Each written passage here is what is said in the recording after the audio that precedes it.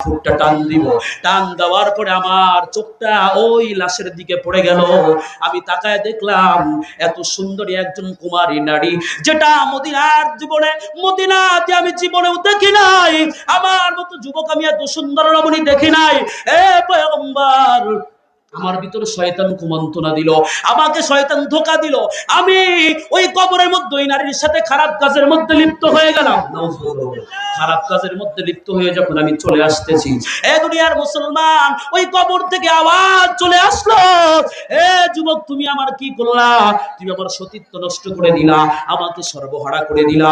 আমাকে কত সুন্দর করে আমার আব্বা আম্মা গোসল করাইয়া, আতর সুরমা লাগাইয়া, আমাকে কাফনের কাপড় দিয়ে এই জায়গা আমাকে দাফন করেছে।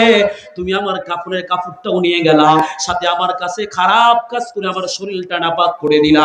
এ যুবক, কাল কঠিন কিয়ামতের ময়দানে আমি এই নাপাক শরীর নিয়ে কেমন করে আল্লাহর দরবারে দাঁড়াইবো? এ যুবক, তোমার ভিতর কি আল্লাহর ভয় নাই? তোমার ভিতর কি মানুষত্ব বলতে কিছু নাই? আল্লাহর পয়গম্বরের কাছে ব্যাখ্যা দেয় যুবক, এ পয়গম্বর, আমি যখন শুনলাম ওই ব্যক্তি যখন বলছে তোমার ভিতর কি আল্লাহর ভয় নাই, এ দুনিয়ার মুসলমান, আল্লাহর পয়গম্বরকে জানায় দেয়, ওই দিন থেকে আমার বুকের ভিতর থপ থপ করতেছে, হৃদয়ের মধ্যে আঘাত। আল্লাহর পয়গম্বর শুধু এতটুকু বলছেন, মানুষ এমন গুনাহ কি করতে পারে? কথা বলেন, মানুষ এমন গুনাহ কি করতে পারে? এমন কথা শুধু রাসূল সাল্লাল্লাহু আলাইহি ওয়াসাল্লাম বলেছেন, মানুষ এমন গুনাহ কি করতে পারে? কি আখলাক নবীর ভিতর আল্লাহ দিয়েছিলেন। এ দুনিয়ার মুসলমান, তোমার আমার সার্টিফিকেট স্কুল কলেজ ভার্সিটিতে পাওয়া যাবে, অথবা এই দেশের বাহিরের রাষ্ট্রে পাওয়া যাবে, কিন্তু আমার নবীর আখলাক চরিত্রের সার্টিফিকেট দিয়েছেন কে? ওয়া ইন্নাকা লাআলা খুলুকিন আযীম।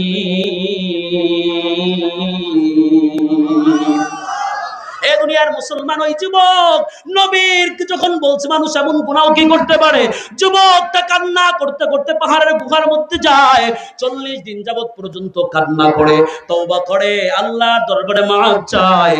আল্লাহর পক্ষ থেকে জিবরাইলকে পাঠায় দেয়, পয়গম্বরের কাছে যাও, অমুক ব্যক্তি পাহাড়ের গুহার মধ্যে কান্না করে, আমি আল্লাহ রাব্বুল আলামিন ওই ব্যক্তির তওবা কবুল করে, ওই ব্যক্তি এতদিন যাবত আমি আল্লাহর কাছে তওবা করে, আমি আল্লাহকে ডাকে, আমি আল্লাহর উপর রাজি হইয়া, আমি আল্লাহ ওর তওবা কবুল করে, আমি আল্লাহ ওর তামাম জিন্দেগীর গুনাহগুলো মাফ করে দিয়েছি। চিল্লায়া বলা যাবে নাকি সুবহানাল্লাহ? তাহলে গুনাহ হবে, গুনাহ মাফের মালিক কে? তওবার দরজা খোলা রাখছেন কে? মৃত্যু পর্যন্ত। কোন পর্যন্ত? বিক্রমপুরের ইতিহাস, বহুদিন ধরে বিক্রমপুরে আছি।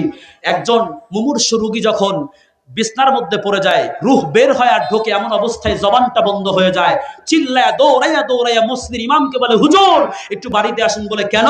বলে আব্বার জবানটা বন্ধ হয়ে যায়, একটু তওবা করার। আছে না নাই?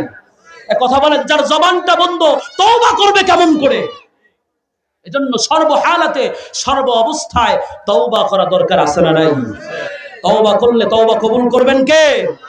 যতই গুনাহগার হও না কেন, বান্দা ওই যুবকের চাইতে গুনাহ তুই বেশি করস নাই।